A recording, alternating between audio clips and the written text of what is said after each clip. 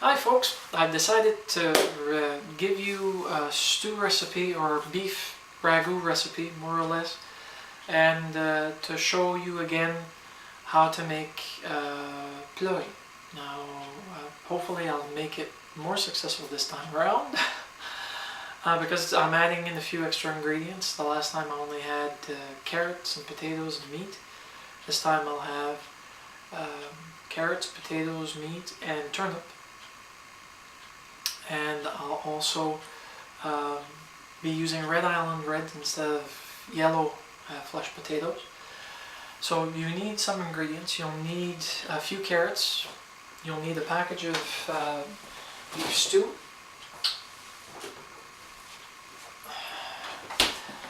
The best that you can take if you're wanting something less fat, more lean, they call it, I know here in the butcheries and grocery stores they sell it as stewing beef cubes deluxe. If you're uncertain of how to ask, you can also approach your butcher and ask, do you have any lean stewing cubes? And they'll give you the choicest cuts of meat that they're using for the stewing cubes with less fat. You'll need potatoes, an onion of your choosing in size,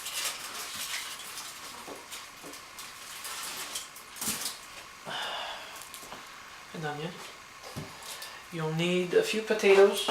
The more potatoes in this recipe, the better. It actually assists in giving it consistency.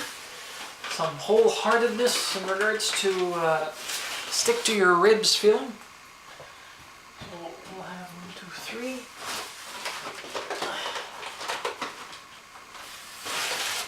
4, 5, 6 potatoes. I could add more, but I'm also going to add turnip to this. Or, actually it's not turnip. In English it's rutabaga. Okay. I thought it was turnips, but this is one size of a turnip, for me anyways, or rutabaga. And you have to shave the outside of this, so you basically take off what you don't want. There's a thick skin of about maybe 0.2 inches that you need to take off because it's tougher as nails. You don't want to start chewing into that because you'll end up having a sore jaw. And carrots, which are also required to give it flavor.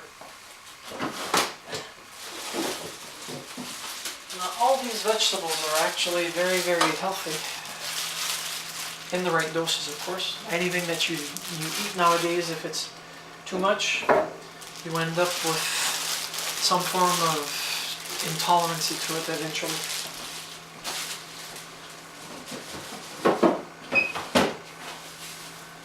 With that, I don't have any fresh garlic.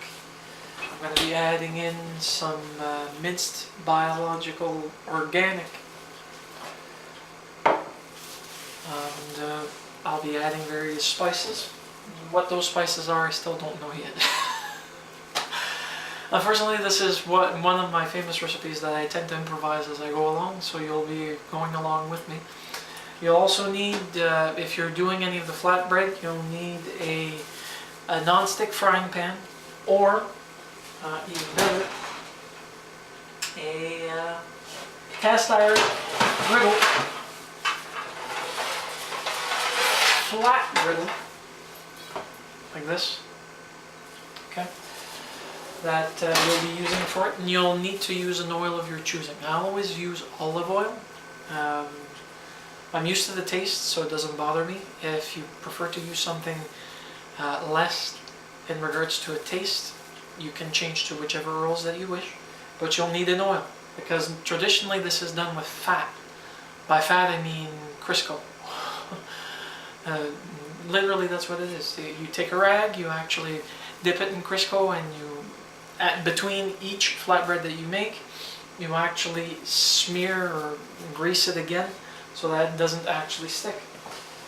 So while I'm getting my stuff together, folks, I'll be back to present you the ingredients and have it started right in front of your eyes. Okay, I finished preparing the ingredients. I've got my onions sliced in 2 halves, or my onion sliced in 2 halves, so that you have your pieces cut into slices literally. I've got turnip, carrot, and potato pieces. The rule here, there is no real rule unless you have a very big mouth, but it's so that the actual food items are small enough that you can eat them without having to make a mess, but big enough so that they don't disintegrate when you're cooking them. So now comes the fun part, browning the meat and making a small broth out of it so you can actually incorporate everything. And I'll take you along with it. Okay, I've put you to my right hand side, so you're going to be my right hand henchman with a direct eye view. You want your oil hot enough that it's actually going to be liquid in the pan. Okay, as soon as that starts happening, this is where the magic starts. Now you can start this every which way you want, but I always start off with a little bit of garlic, although I've changed my recipe so often that it varies. It will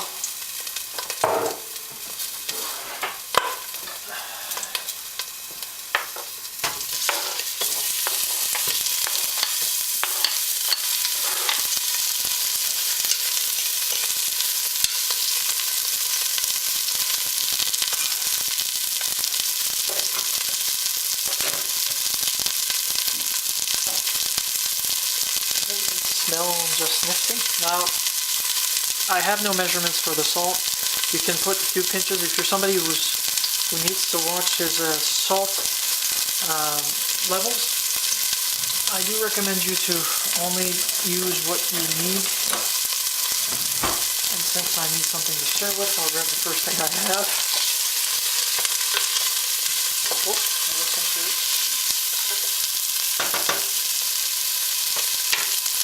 Don't worry about the mess.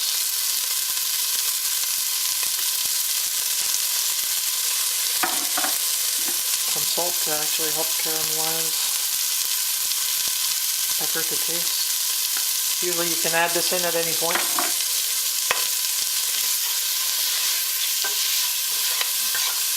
And now, along with that, you throw in your meat.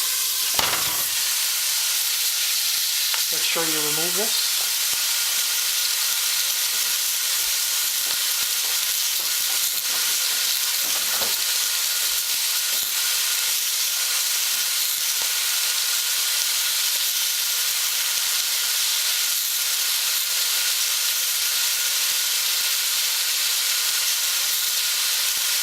I was hoping to get my meat thawed well before I actually did the recipe, but I didn't plan enough in advance.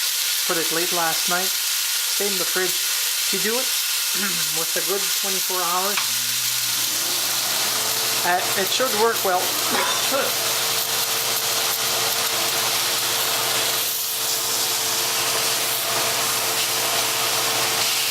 And also because you're going to be simmering this, you can easily boil your meat without having any issues.